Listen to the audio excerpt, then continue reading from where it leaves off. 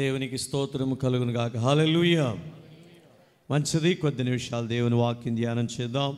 దేవుని పరిశుద్ధ గ్రంథంలో నుండి ఆమోసు గ్రంథం 6వ అధ్యాయం 1వ వచనాన్ని చదువుకుందాం. ఈ వాక్యాన్ని నేను చదువుతాను, అందరు నాతో చెప్పండి. సియోనులో నిర్విచారముగా ఉన్నవారికి శ్రమ. సహజంగా ఈ లోక సంబంధంగా మనకి అనేక రకాల విచారాలు ఉన్నాయా లేవా? ఉన్నాయా లేవా? ఈ లోక సంబంధంగా విచారం ఉంది.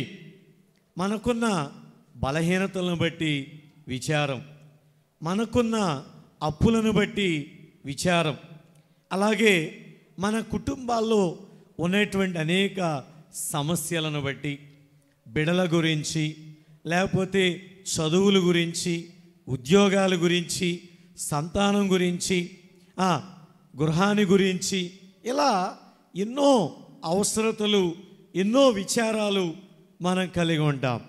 అలాగే లేచిన దగ్గర నుంచి కూడా ప్రతి ఒక్కరూ ఈరోజు ఏం పనికి వెళ్ళాలి, ఎక్కడికి వెళ్ళాలి, ఏం సంపాదించాలి, చెప్పండి. ఈరోజు ఏం కూర వండుకోవాలి, స్తోత్ర హల్లెలూయా.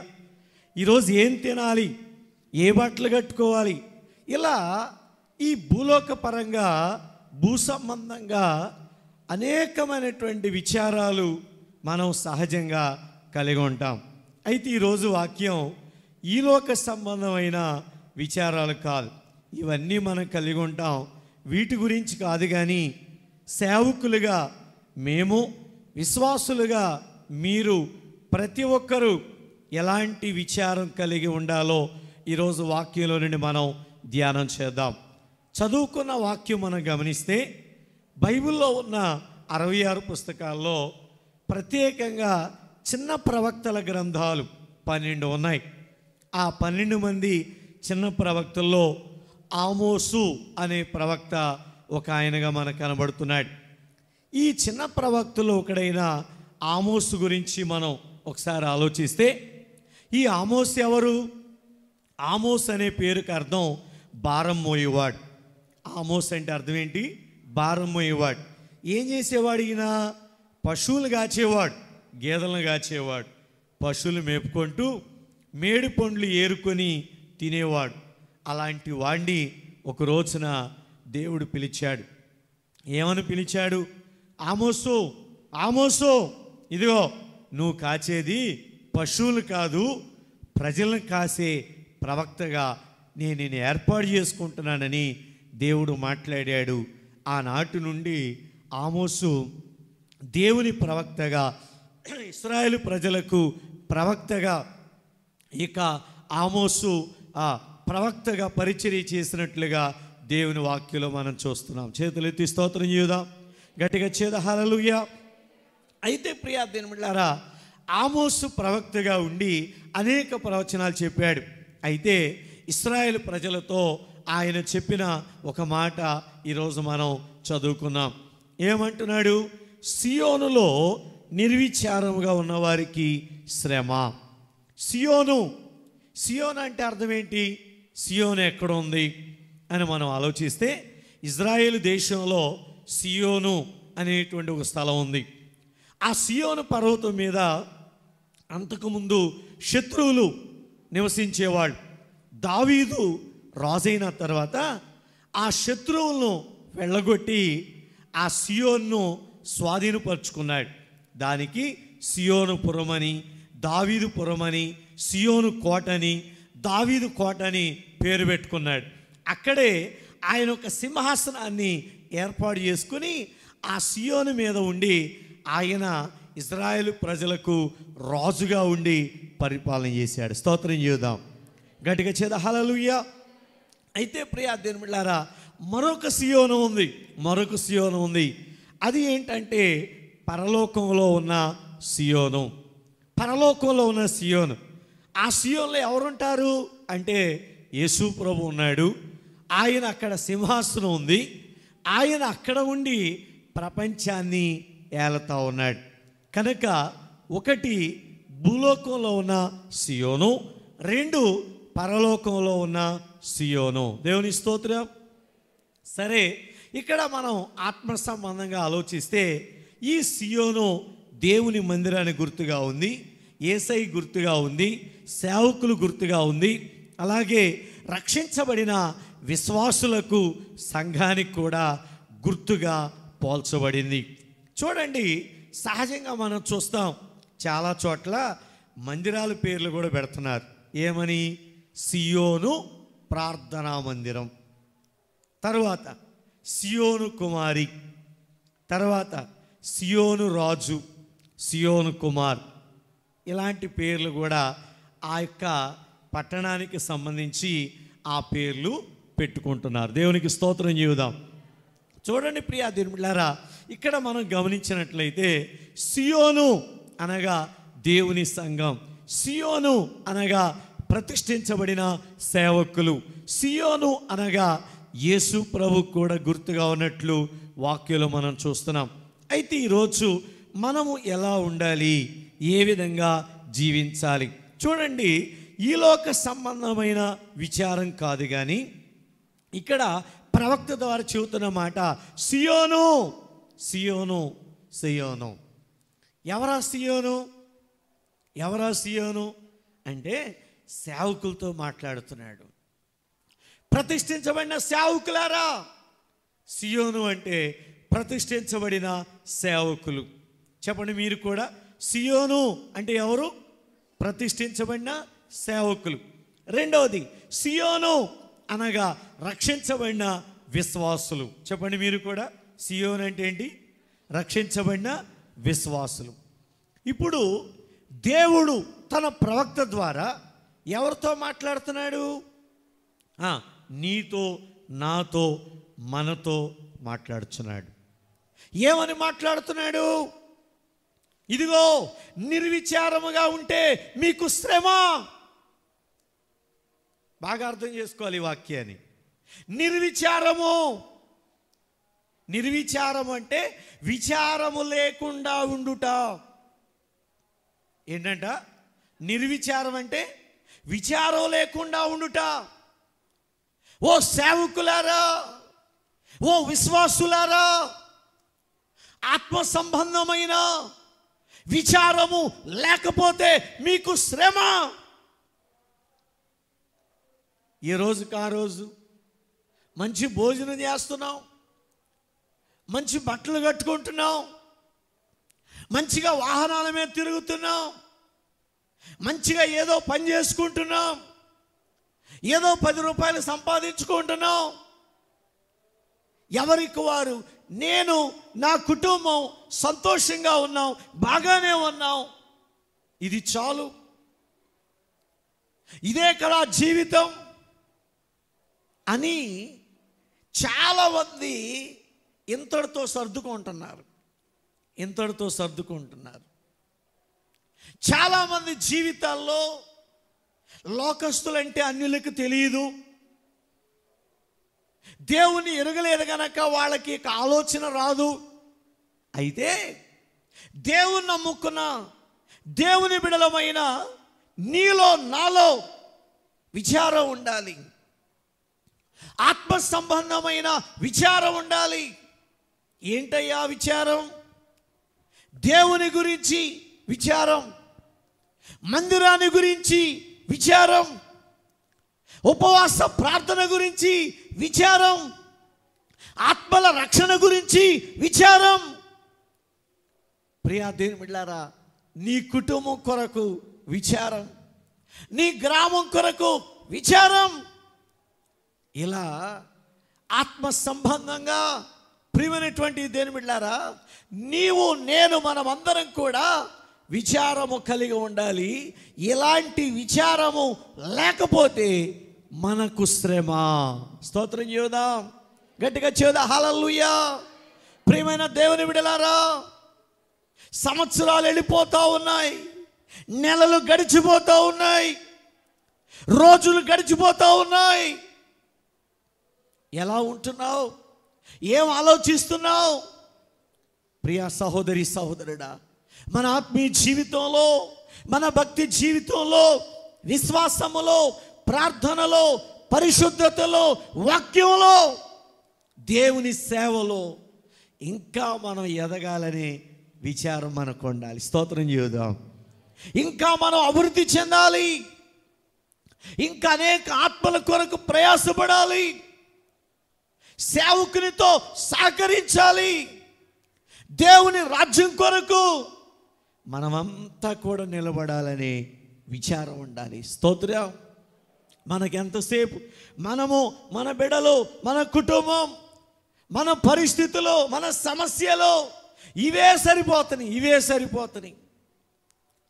ఆత్మ సంబంధమైన దేవుని గూర్చిన, మందిరాన్ని గూర్చిన, సేవను గూర్చిన, పరలోకాన్ని గూర్చిన విచారము ఈనాడు ఎవరిలో కనబట్టలేదు. స్తోత్రం చేద్దాం, గట్టిగా చేద్దాం. హల్లెలూయా. ఈరోజు ప్రభు మనతో మాట్లాడుతున్నాడు. పరిశుద్ధాత్మ దేవుడు నీతో మాట్లాడుతున్నాడు. ఆత్మ సంబంధమైన విచారము నీలో లేకపోతే నీకు శ్రమ. జాగ్రత్త క్రైస్తవుడా, జాగ్రత్త సహోదరి సహోదరుడా. ఆత్మ సంబంధమైన విచారము మనమందరము కలిగి ఉందుముగాక. ఆమేన్. హల్లెలూయా. బైబిల్లో కొంతమందిని చూద్దాం. చూడండి వాక్యములో లూకా సువార్త 17వ అధ్యాయం 35వ వచనం. లూకా 17:35. ఇద్దరు స్త్రీలు తిరుగలి విసరుచుందరు, ఒకటి కొనిపోబడును, ఒకటి విడిచిపెట్టబడును. చాలు. చూడండి ప్రియా దేవులారా, ఇక్కడ ఇద్దరు స్త్రీలు ఉన్నారు. ఆ ఇద్దరు స్త్రీలు తిరుగలి విసురుతున్నారంట. అమ్మో, ఇటు చూడాలి, నా వైపు చూడాలి. ఏం చేస్తున్నారమ్మా? తిరుగలి విసురుతున్నారు. ఇప్పుడు ఎక్కడున్నాయి తిరగలు? తిరగలి విసిరేవాడు ఎవడైనా ఉన్నాడా? స్తోత్ర. హల్లెలూయా. ఏమ్మా, ఎత్తుకెళ్తే మిషన్ దగ్గరకు 5 నిమిషాల్లో అయిపోయా. స్తోత్రం. ఇదివరకు పనిమాల పనులన్నీ చక్కబెట్టుకుని మధ్యాహ్నం పూటం, సాయంకాలము తిరగలి ఆ ఇంటమ్మ దగ్గర, ఆ చిన్నమ్మ దగ్గర, అక్క ఇంటికాడ తెచ్చుకొని ఏం చేసేవాళ్ళమ్మా? బియ్యము, జొన్నలు, గోధుమలు చక్కగా. స్తోత్ర. హల్లెలూయా. ఏమో ఇసరలేదు మీరు? ఇప్పుడు కూడా ఇసురుతున్నారా? లేదు. ఇప్పుడు అన్ని మిషన్లు వచ్చేసినాయి. ఇప్పుడు అన్నిటికీ యంత్రాలు, మిషన్లు వచ్చేసినాయి. తిప్పే పని లేదు, కష్టపడే పని లేదు, అన్నిటికీ సుఖమే. పిండి రుబ్బే మిషన్లు, ఏమండి, బియ్యం పట్టే మిషన్లు, అన్ని మిషన్లే. స్తోత్రం. చూడండి ప్రియా దేవుని బిడ్డలారా, వాక్యంలో మనం గమనిస్తే తిరుగలి విసురుతున్నారంట ఇద్దరు స్త్రీలు. తిరుగలి విసురుతుండగా ఒక ఆమె ఎత్తబడింది, ఒక ఆమె విడవబడింది. ఎత్తబడిన ఆమె ఎవరు? విడవబడిన ఆమె ఎవరు? ఆలోచన చేద్దాం. అందరు నా వైపు చూడాలి, జాగ్రత్త వినాలి. ఇద్దరు తిరగలే విసిరారు కదా, ఇద్దరు పని చేస్తున్నారు కదా. ఎందుకని ఒక ఆమె ఎత్తబడింది, ఒక ఆమె ఎందుకు విడవబడింది? కారణం ఒక దైవజనుడు ఇలా వివరించుకుంటూ వచ్చాడు. వాళ్ళిద్దరూ గోధుమలు వేసి, ఆ తిరగల్లో గోధుమలు వేసి విసురుతూ ఉన్నారట. విసురుతూ ఉంటే ఏం జరిగిందో తెలుసా? చుట్టుప్రక్కల చక్కగా మెత్తని పిండి పడతా ఉంది, రౌండ్గా. హల్లెలూయా. మెత్తని పిండి పడతా ఉంది. ఒక ఆమె ఆ పడినటువంటి మెత్తని పిండి తీసుకొని ఆమె అంటుందంట, ఈరోజు నా భర్త పగలంతా కష్టపడి పనిచేసి అలసిపోయి వస్తాడు, ఆయన వచ్చేసరికి వేడి వేడి చపాతీలు, వేడి వేడి రొట్టెలు కాల్చి పెడతా, స్తోత్రం, తిని నా భర్త సంతోషిస్తాడు, నా భర్త విశ్రాంతి తీసుకుంటాడని తన భర్త గురించి ఆలోచిస్తుందంట, స్తోత్రం. ఇంకో స్త్రీ ఆమె అనుకుంటుందంట, ఆమె కూడా తిరగలి విసురుతా ఆ పడినటువంటి మెత్తని పిండి తీసుకొని, ఇదిగో ఈ యొక్క మెత్తని పిండి వలె ఈ గోధుమలు తిరగల్లో వేసినప్పుడు ఆ యొక్క రాయి కింద దంచబడినట్లుగా మెత్తని పిండి వచ్చినట్లుగా 2000 సంవత్సరాల క్రితం నా యేసయ్య నా కొరకు చెప్పండి, ఆ రోటిలో ఆ తిరుగల్లో దంచబడినట్లుగా విసరబడినట్లుగా నా ప్రభు విసరబడ్డాడు.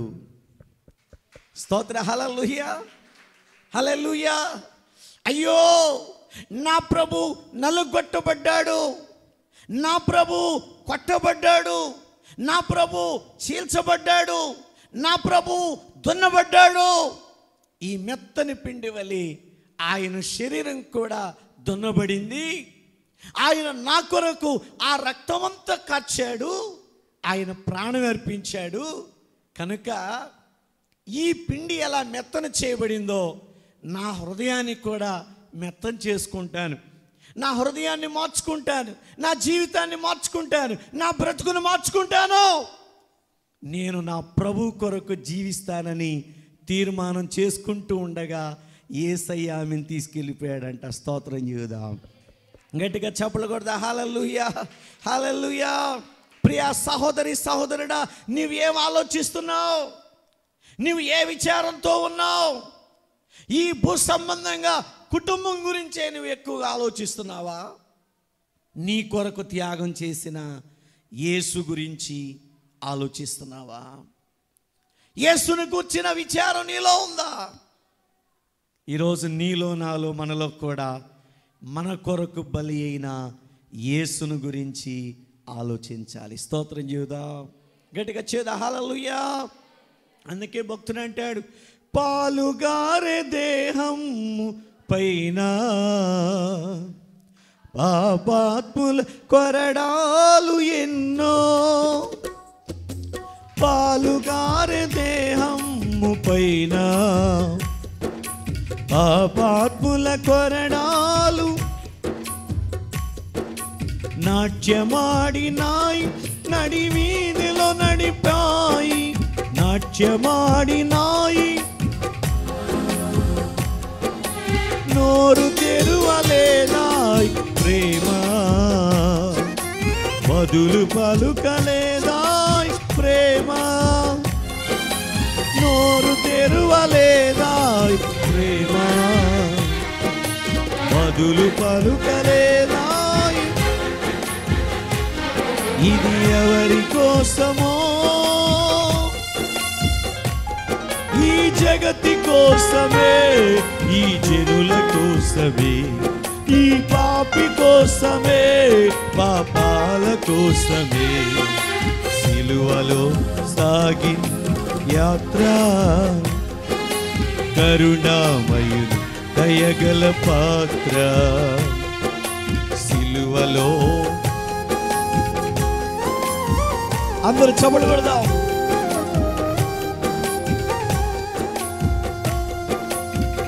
హల్లెలూయా. ప్రియా సహోదరి సహోదరుడా, దేవుడు ఎంతగానో మనల్ని కాపాడుతున్నాడు, ఎంతో ఆయన మన భద్రపరుస్తున్నాడు, పోషిస్తున్నాడు, ఎన్నో కార్యాలు చేస్తున్నాడు. అయితే ఈరోజు నీవు నేను మనం ఆత్మ సంబంధమైన విచారం కలిగి ఉందాం. మన కొరకు బలి అయిన త్యాగం చేసిన యేసును గురించి విచారం కలిగి ఉందాం. మన జీవితాలు మార్చుకుందాం, మన బ్రతుకులు మార్చుకుందాం. మరొక ఎగ్జాంపుల్ చూద్దాం. చూడండి, బైబిల్ గ్రంథంలో 1 రాజులు 18:5. 1 రాజుల గ్రంథం 18వ అధ్యాయం 5వ వచనం. ఆహాబు దేశములోని ఆ, ఆ, ఆ. గుర్రములను కంచర గాడిదలను గడ్డి దొరుకునేమో.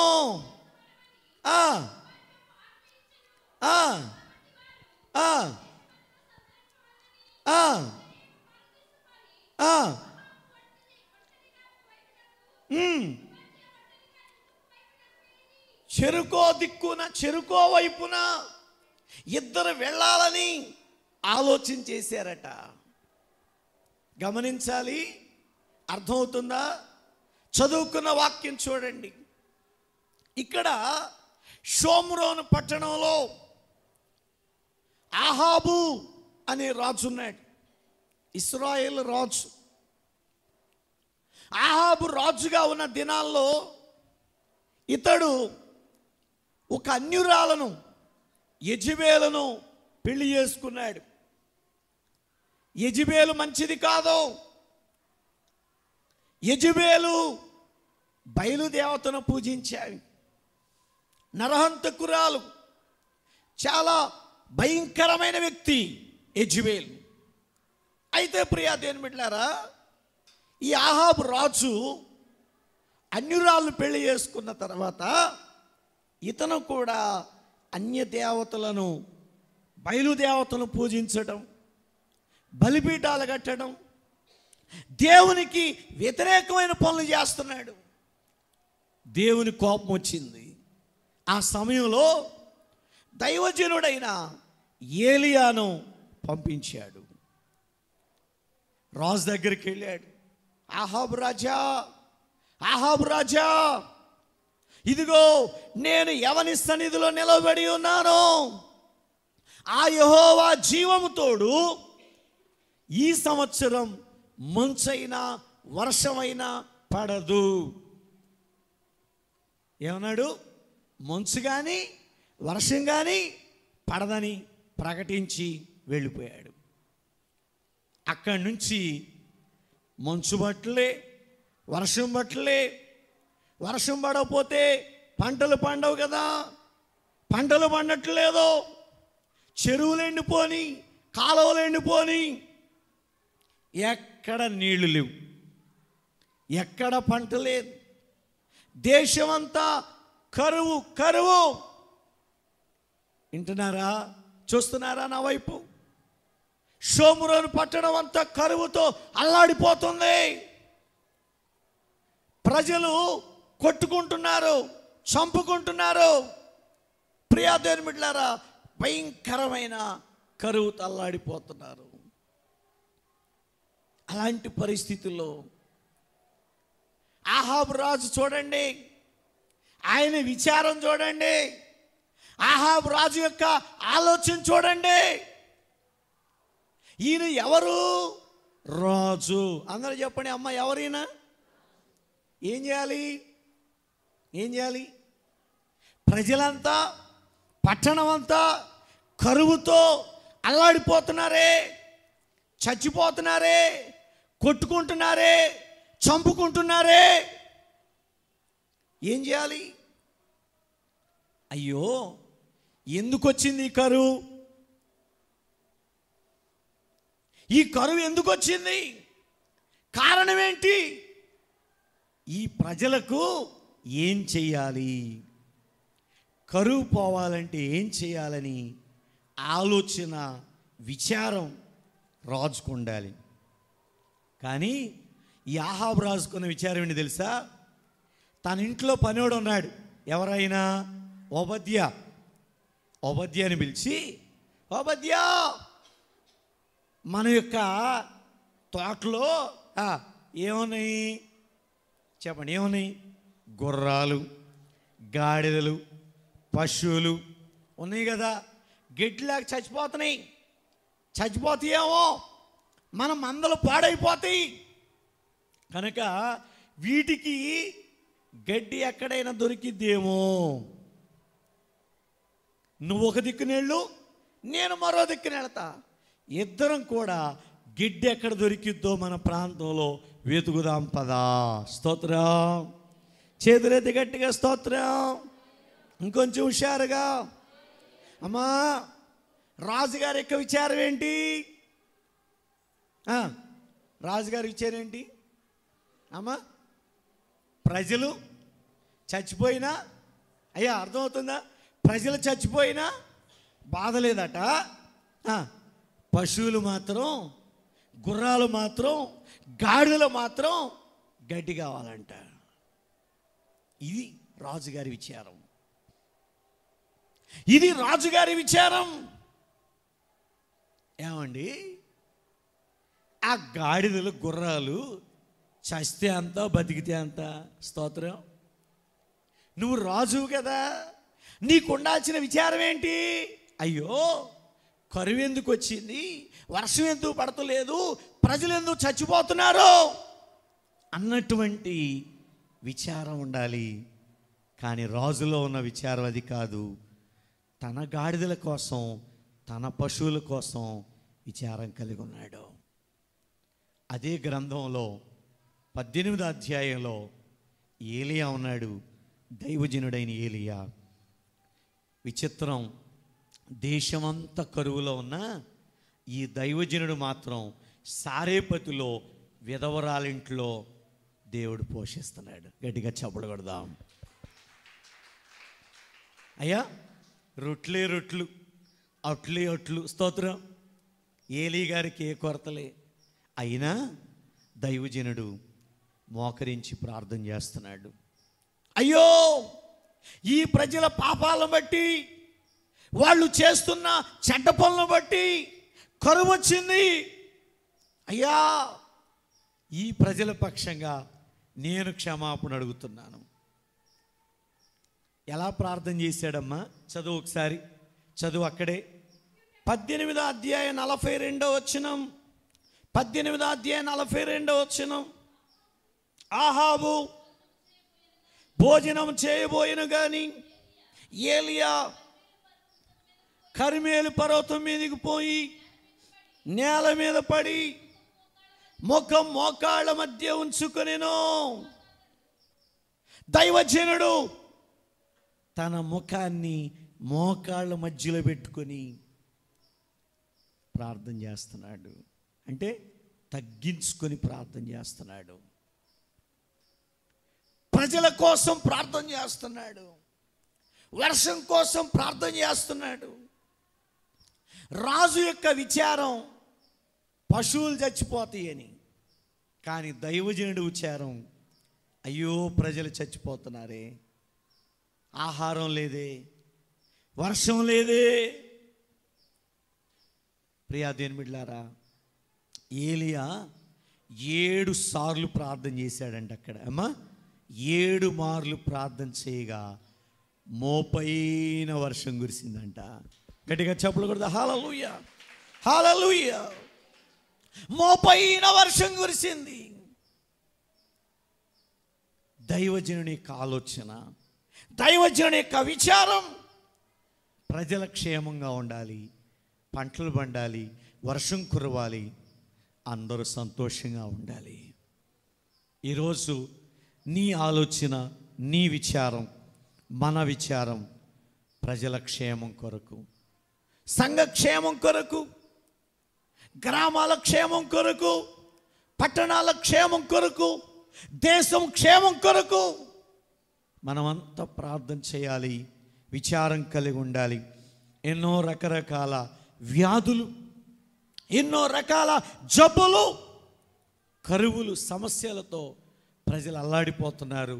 అయ్యా, మా దేశంలో ఉన్న కరువు తొలగించు, మా గ్రామాల్లో ఉన్న కరువు తొలగించు, తెగుళ్ళు తొలగించు, రోగాలు తొలగించు.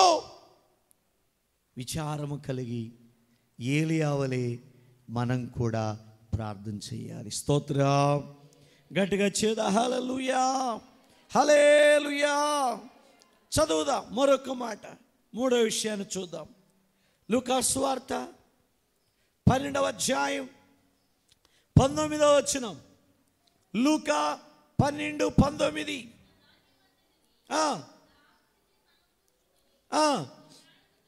ప్రాణముతో, ప్రాణమా, అనేక సంవత్సరములకు విస్తారమైన ఆస్తి సమకూర్చబడి ఉంది. సుఖించుము, తినుము, త్రాగము, సంతోషించుమని చెప్పుకొనుచుండెను. వెర్రివాడా, ఈ రాత్రి నీ ప్రాణం అడుగుచున్నాను. నీవు సిద్ధపరిచింది ఎవరిది వగును? స్తోత్రం, హల్లెలూయా. ఇక్కడే ఉన్నారా? కొంచెం హుషారుగా చెప్పండి, కొంచెం గట్టిగా. మొదటి మాట ఎలాంటి విచారం? ఇద్దరు స్త్రీలు చెప్పాలి, మీరు చెప్పాలి.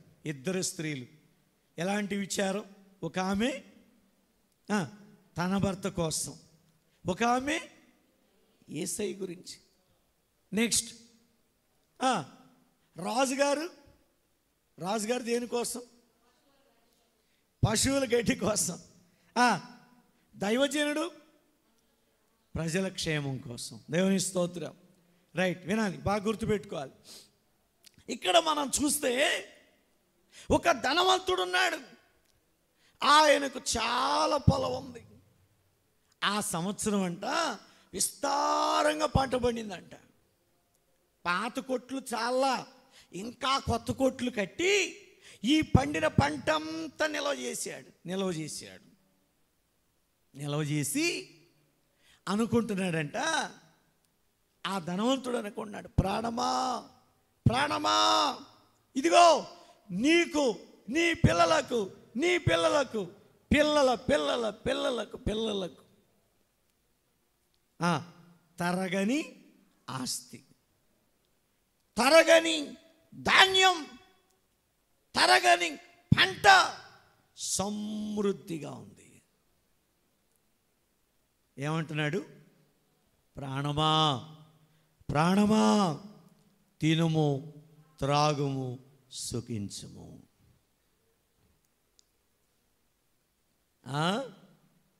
ధనవంతుని ఆలోచన ఏంటి? దేవుడిచ్చిన పంటను చూసుకుని అంటున్నాడు, ప్రాణమా తినుము, త్రాగుము, సుఖించుము. ఈడి మాటలు అంటుంటే దేవుడు చూశాడంట. స్తోత్రం. ఏమన్నాడు? వెర్రివాడా. అందరూ చెప్పండి అమ్మా. యేసయ్య ఏమన్నాడు? యు ఫూల్ అన్నాడంట. స్తోత్రం. ఏమన్నాడు? చెప్పండి అమ్మా. కథ మధ్యలో ఇంగ్లీష్ మొక్కలు కూడా చెప్పండి అమ్మా. స్తోత్రం, హల్లెలూయా. ఏమన్నాడు? యు ఫూల్ అన్నాడంట. వీరుడా, ఈ రాత్రి నీ ప్రాణాన్ని అడుగుచున్నాను. నువ్వు సంపాదించింది మొత్తం ఎవరు వశమగునో అన్నాడంట.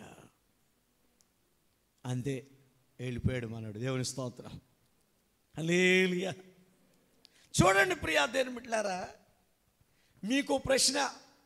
దేవుడు ఈ సంవత్సరం విస్తారంగా పంట పడింది, వర్షం పడేది కూడా పండివలా, కోత కోసుకున్నావు, కట్టా తీసుకున్నావు, నూచుకున్నావు, డబ్బులు వచ్చినాయి, అంతా బాగుంది. దేవుడు మంచిగా పంట ఇచ్చాడు. ఇప్పుడు మనం కూడా ఏం చేయాలి? మాట్లాడాలి. ఏం చేయాలి? చెప్పండి అమ్మా, మీకు తెలిసింది చెప్పండి. ఏం చేయాలి? ఆయన ఏం చేశాడు? విన్నాంగా. ఏం చేశాడు?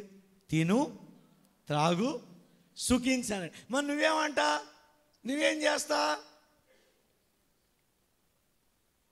చెప్పండి అమ్మా, ఏం చేస్తావు?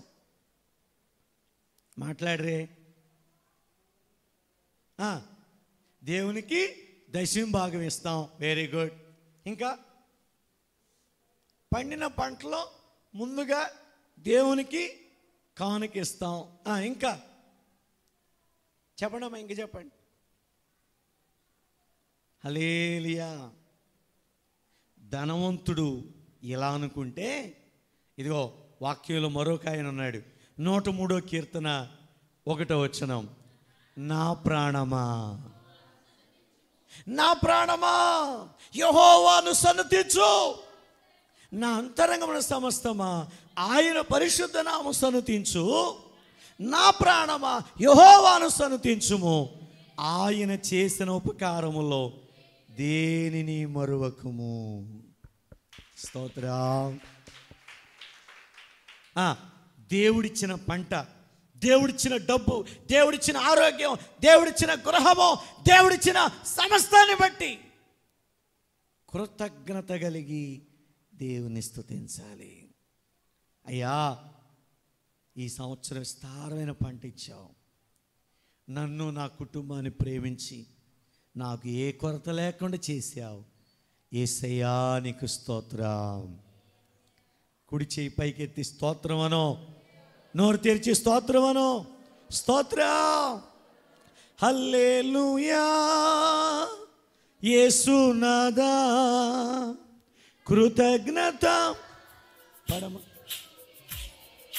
హల్లెలూయా యేసునాదా, కృతజ్ఞత స్తుతులు నీకే, నాకెన్నో మేలులు చేసితివే. స్తోత్రం. నీకేమి అర్పింతును, దేవా నీకేమి చెల్లింతును, నాకెన్నో మేలులు చేసితివే. పడు. నీకేమి ఆమేన్. అర్పింతును, దేవా నీకేమి చెల్లింతును. కృపచేత నన్ను రక్షించినావే, కృప వెంబడి కృపతో నన్ను బలపరచితివే. కృపచేత నన్ను రక్షించినావే, కృప వెంబడి కృపతో నన్ను బలపరచితివే.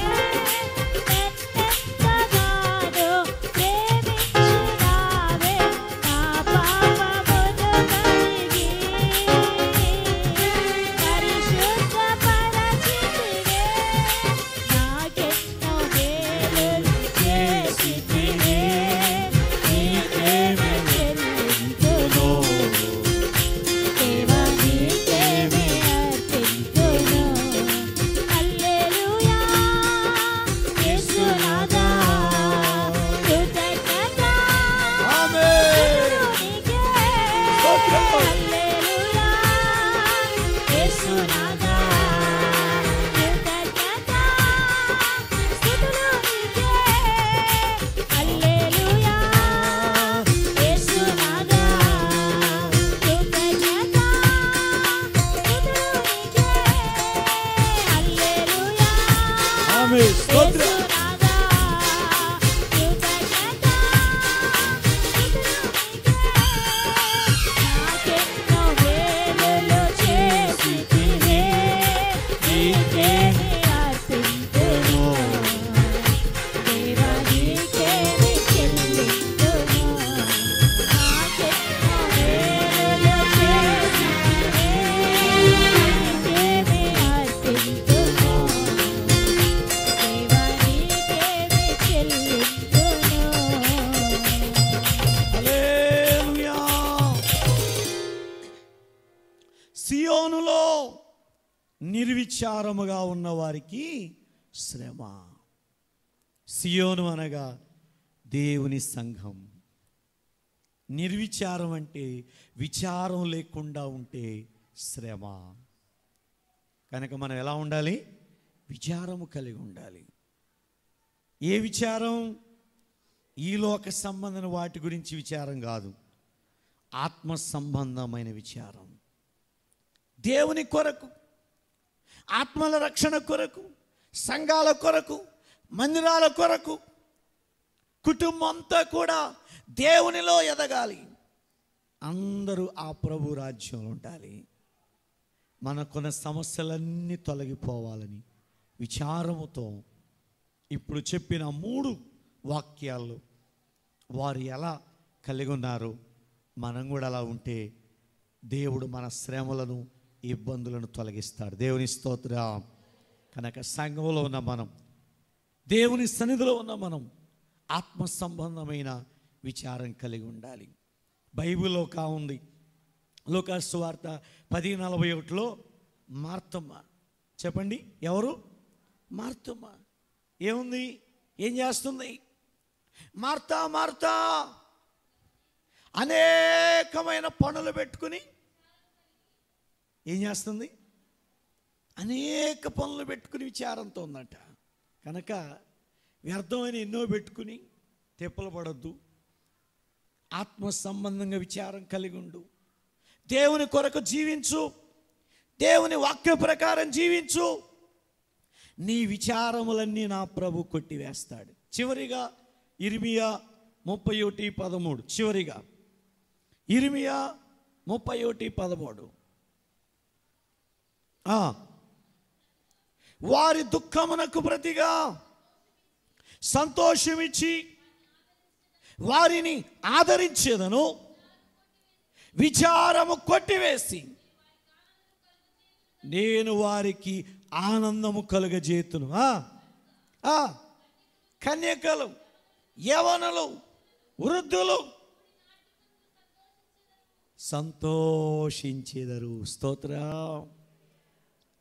ఆత్మ సంబంధమైన విచారం కలిగి దేవుని కొరకు నీవు జీవిస్తే నీ విచారములన్నీ ప్రభు కొట్టేస్తాడంట. ఆమేనండి. ఆమేన్. హల్లెలూయా. నేను నా దేవుని పని చేస్తాను. నా దేవుని కొరకు, ఆత్మల కొరకు, సంఘం కొరకు విచారం కలిగి ఉంటాను. నా విచారాలన్నీ నా ప్రభు తొలగించునుగాక. ఆమేన్. మీరు కూడా చెప్తారా మాట? ఆత్మ సంబంధంగా విచారము కలిగి ఉంటాను. నా విచారములన్నీ నా ప్రభువు కొట్టివేయునుగాక. ఆమేన్. ఆత్మ సంబంధంగా దేవుని గురించి ఎప్పుడైతే మనం విచారంగా ఉంటామో, మనలో ఉన్న విచారాలు, మన బిడ్డలో ఉన్న విచారాలు, మన కుటుంబాలు ఉన్న విచారాలు అన్ని ప్రభు కొట్టేస్తాడంట. ఇక్కడ వాక్యంలో అదే రాస్తుంది, మీ దుఃఖమునకు సంతోషం ఇస్తాను, మీ విచారాలు కొట్టేసి ఆనందం ఇస్తాను. కన్యకలు, యవనస్తులు, వృద్ధులు అందరూ సంతోషిస్తారు. ఈ వాక్యంలో ముగింపు దేవుడు మనతో చెప్తున్నాడు. ఈ లోకపరంగా, కుటుంబ పరంగా మనకున్న విచారాలన్నీ ప్రభు తొలగించి మనందరికీ సంతోషాన్ని, ఆనందాన్ని కలుగచేయునుగాక. ఆమేన్. దేవుడి మాటలు దీవించునుగాక. ఆమేన్. ప్రార్థన చేద్దాం. అందరూ ఒక్క నిమిషం మోకరించండి, ప్రార్థన చేద్దాం.